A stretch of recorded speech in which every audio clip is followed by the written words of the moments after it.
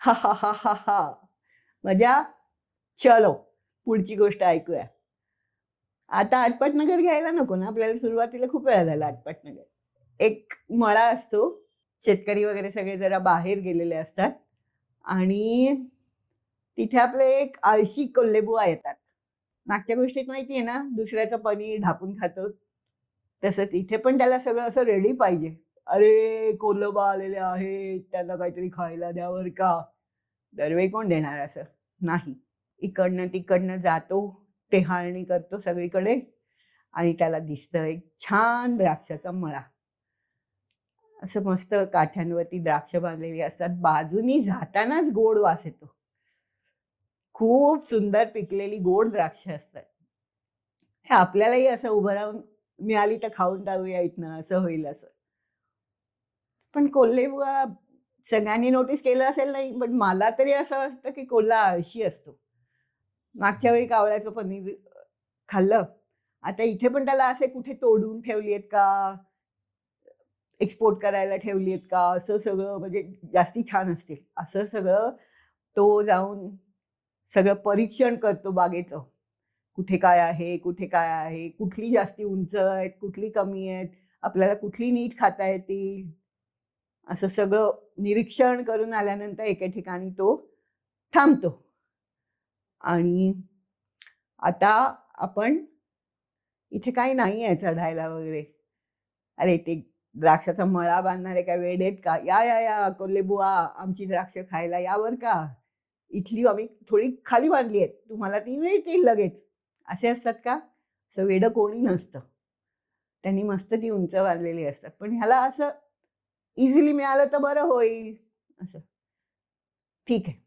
त्याच्या सगळ्या परीक्षणानंतर त्याला एके ठिकाणी असं दिसतं, की इथली द्राक्ष थोडी खाली आहेत.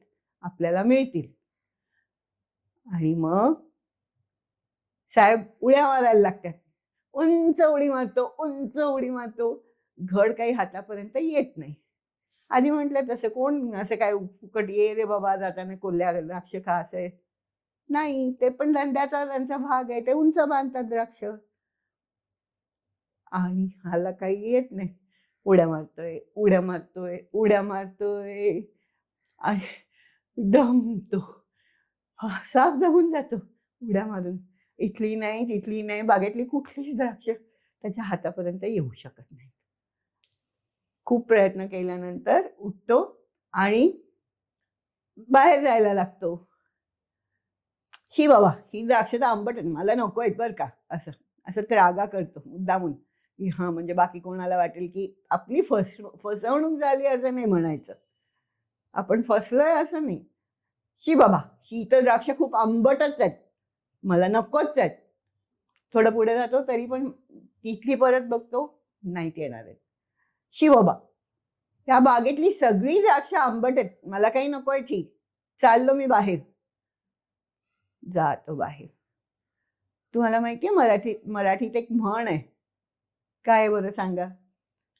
"कोल्ह्याला द्राक्ष आंबट."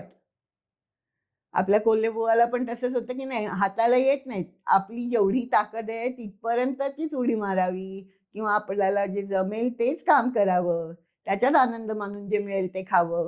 हे भाऊ उंच-उंच उड्या मारून दमतात फुकट आणि मग म्हणतात, "शी बाबा ही द्राक्ष तर आंबटच आहेत."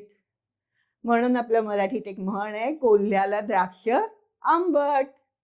आहे की नाही अशी म्हण? आपण जरी वापरत नसलो इंग्लिश मीडियममध्ये, पण तरीसुद्धा आई, आजी यांच्या बोलण्यात ही नेहमी येते. ज्याला काही मिळालं नाही, की तो म्हणतो, "कोल्ह्याला द्राक्ष आंबट." आवडली गोष्ट? जे आपल्याला हाताशी मिळू शकेल, पटकन मिळू शकेल तेच खावं. उगाचच उड्या मारत नाही बसायचं. एनर्जी वेस्ट करायची नाही. ती एनर्जी अभ्यासाला वापरायची. बरोबर? चला, पुढच्या वेळी नवीन गोष्ट घेऊन येईन. बाय.